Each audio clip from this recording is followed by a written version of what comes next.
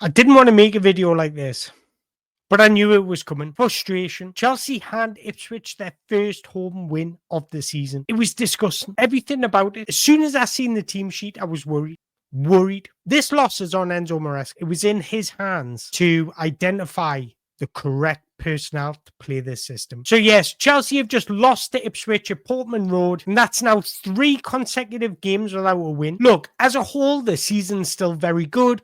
We're still in pole position to finish in top 4, which was our aim. We need to get back in the Champions League. So there is good points to speak about in the season, but let's talk about this game in isolation. From minute 1, I was worried. I was worried because I think tactically Enzo Maresca got it right. His ideas on how to break down Ipswich were correct. I think he tried to utilize something we're seeing at Leicester. João Felix was inverting to make that box shape in the middle, and you had Cucurella providing the weight. I've got no problem with that. I thought João Felix was very good. I thought he was very good. But what I have a problem with is the player personnel that Enzo Maresca selected. When you're playing this system of providing width from your left back and having that box shape in the middle. That box shape in the middle is not just for show. You need off-ball movement, especially when you're coming against a very well-structured team that were going to play in a mid to low block. We knew it was coming. If you don't move off the ball, you cannot stretch the pitch. You cannot make Ipswich go into places that they don't want to be. And we had none of that. That's why the player personnel from this team selection was completely wrong. Firstly, starting Christopher Nkunku as a striker. It's a no-go. He's not a striker, and Enzo Maresca is saying that himself. He's delivering mixed signals. He's telling us in press conferences that Christopher Nkunku is not a set striker. But yeah, he picks him to play as a striker. Makes absolutely zero sense. When you play this system, you need your striker running in behind. You need your striker running, using the channels to create movement. And Christopher Nkunku offered none of that. And look at his average positioning. He was inside that box shape, and that was just compacting that area. And João Felix, Cole Palmer just couldn't not find any room. Even though they both created a little in the first half, they didn't have the outlet to be creative. Christopher Nkunku was not moving off the ball. He was not being an option when we had possession, and that was our downfall. When we went through that unbelievable run of form, Enzo Maresca was offering flexibility in his tactics, and I welcomed that. I was like, yes, this guy has got it. This guy is intelligent. How can you try to play this way with those players? It just did not work. I said from the start it would not work because Christopher Nkunku doesn't offer any off-ball movement. He wants to come in short, receive the ball, almost like a number 10. He's not a number 9. You were far better off if you didn't want to start Nicholas Jackson because he's 1 yellow card away from a suspension. You're far better off playing Marquis. Far better off because he's going to move off the ball. He's going to press aggressively. Christopher Nkunku just looked lost. And then when Cole Palmer receives the ball, when João Felix receives the ball, they haven't got an option. Nothing was fluid, and that's why we looked hesitant. So when Cole Palmer's receiving the ball on the half turn, or when João Felix is receiving the ball on the half turn, they're looking up and it's like nobody's there. It's halted. There's no penetration in behind. And it's so comfortable for Ipswich when everything's in front of them. When they've got a solid back four and everything's played in front of them, it's so comfortable. Ask defenders one thing, what they dislike, and it's runners in behind. Every single defender would say, I prefer it when everything's in front of us because you can see the clear picture. It's easy to defend against. Chelsea were just so easy to defend against. Yes, we had moments where we did look creative. I did actually think we'd get back in the game because I thought João Felix looked sharp, Cole Palmer was trying to do bits, but everybody else were just not on it. Not on it today, and Christopher Nkunku was dropping deep, and it was just too compact. We had no outlet. If we had had Liam Delap in our side yesterday, we would have won that game. That's the difference. We would have won that game. Even if Disasi did make a couple of mistakes, we would have won that game. And we'll get on to Disasi in a second because you cannot play Disasi right back. I've said it from minute. I'm getting on Disasi already.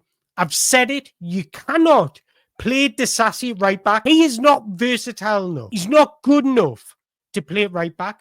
If you persist on starting Disasi, he has to play as a centre back. And even that, he's not good enough. Not good enough.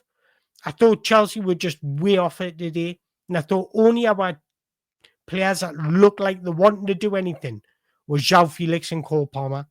Enzo Maresca got it wrong. He got his tactics right, but the player selection wrong. But let's get into it with Axel Disasi, because starting him at right back when you've got 3 right backs on the bench is criminal from Maresca. I don't care what anyone says. He's not a right back, and I've said this from the first minute I seen him play as a right back. In fact, I said it at the start of the season before he'd even played right back. I said he cannot play there. 3 reasons why. It's unnatural to him. He hasn't got the football IQ to understand that role quickly. He's got 0 awareness. 0, and that was identified in the way he just played the ball, Liam Delap, for their second goal. He can't defend in wide areas. He hasn't got the agility. He hasn't got the speed. And he moves like a fridge. I've seen Milk turn quicker than him. He cannot turn. It's a field day for any winger when they see Disasi right back. Any winger that's got something about him will cause havoc to Axel Disasi. He's not a right back. He's not even good enough to be a centre back for where Chelsea want to be. For me, Disasi, Christopher Nkunku, and even Tosin have to go in the summer. They need replacement. We need better squad depth. That's Chelsea's problem. Our squad depth in certain areas is not good enough. And like I mentioned earlier, it's mixed signals from Enzo Maresca, because he's telling you one thing and then he does the other on the pitch. Christopher Nkunku's that example. He says he's not a number 9, then starts him as a number 9. That's why I think this result is on Enzo Maresca, because I think some of the talent we had out there is unbelievable. João Felix was our threat in the first half, but yet he came off in the second half. He was the only player that wanted to make things happen, was looking sharp. I would say Cole Palmer as well in that first half, but they were the only 2 players that were trying to be decisive, trying to make things happen, putting Chelsea on the front foot, but yet they came off. Christopher Nkunku should have come off at half time for Nicholas Jackson, and you should have just left it at that. Sorry, Disasi should have come off as well. It was like we were playing with 9 men. It was like we were playing with 9 men. It just simply wasn't good enough. And that's the brute reality. Didn't think I'd be making a video like this. I didn't want to make a video like this. I wanted to make a video where I was talking about how fluid, how good Chelsea have been. I don't mind dropping points. I don't mind getting beat. It's when you're absolutely diabolical and just show no awareness, no fluidity, no similarities towards each other. That's when I think something's not quite right. Now, I'm not saying João Felix was exceptional and he ran the show. That's not what I'm saying. But at least he looked like he wanted to make an impact. He was getting on the ball. He was taking risks with the ball. That's what you need from a creative player. He was the one, apart from Cole Palmer, 2 individuals that actually wanted Chelsea to win. That's what it looked like. And I thought Liam Delap had a brilliant audition. If the rumours are true that Chelsea wanted to sign Liam Delap, he had a brilliant audition. He was fantastic. He bullied Tosin, Levi Colwell, Disasi, absolutely bullied them. He was physical. His link-up play was good. His off-ball movement was good. He was awareness was exceptional. He was getting in the box. He was creating danger. Just everything about his performance was a classic number 9 striker performance.